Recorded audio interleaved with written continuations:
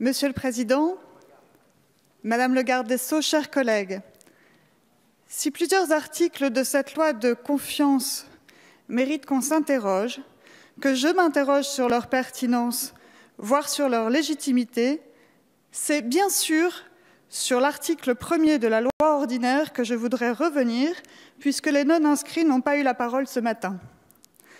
Cet article 1er est, je pèse mes mots, un véritable attentat, un véritable crime, une véritable forfaiture à l'égard de la liberté d'expression. Cette loi consiste, ni plus ni moins, à criminaliser des opinions qui n'ont pas l'air de vous plaire, mais qui n'en sont pas moins des opinions. En menaçant d'inéligibilité quiconque se verrait condamné pour diffamation, pour injure, pour discrimination, c'est le droit de ne pas penser comme vous que vous bafouez, que vous piétinez. Vous cédez à l'air du temps, à la facilité, à une certaine veulerie aussi. Vous cédez à l'emprise médiatique, au qu'en dira-t-on. Vous cédez à ces pseudo-associations de défense des droits de l'homme, vous vous transformez en véritable chien de garde de la police de la pensée. En plein été, la France en vacances, vous étendez encore un peu plus le règne de ce politiquement correct qui fait déjà des ravages. Qui osera encore émettre un jugement de valeur sur telle mœurs, sur tel comportement, sur telle croyance, sur telle culture? Qui osera braver ce qu'il est convenu de penser, ce qu'il est acceptable de mettre en cause, ce qu'il est tolérable de contester? Bien entendu, la liberté d'expression doit avoir des limites. Bien entendu, nous sommes d'accord, nous sommes tous d'accord pour condamner le racisme, l'antisémitisme ou l'homophobie. Mais vouloir contenir l'immigration de masse serait réductible à du racisme? Avoir le souci de l'identité nationale reviendrait à faire preuve de xénophobie?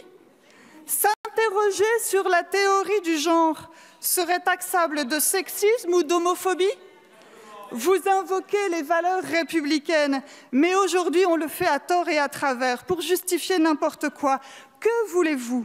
Obliger chacun à aimer le foulard islamique, le burkini, le mariage pour tous, avec en prime l'obligation de sourire aux migrants?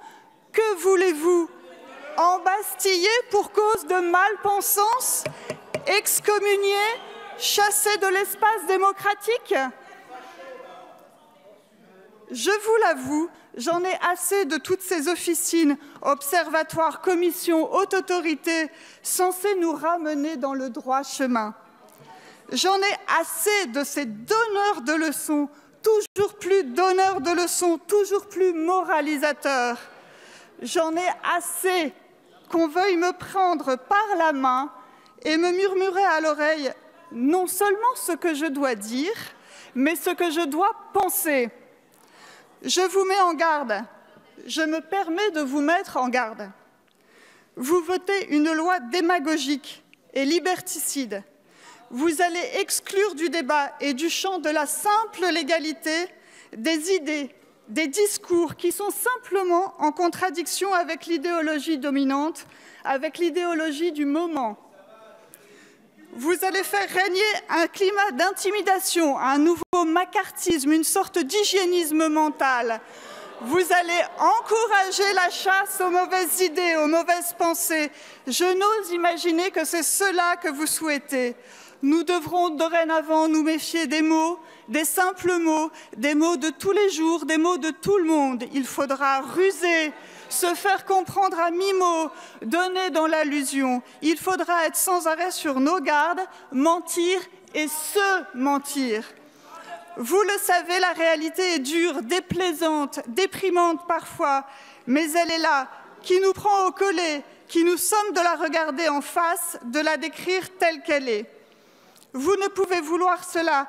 J'ai la naïveté de penser que cette modernité dont vous ne cessez de vous réclamer, c'est justement le droit de remettre en question toutes ces croyances, le droit d'émettre des opinions, même dérangeantes, même choquantes, le droit de critiquer, même au risque de blasphémer.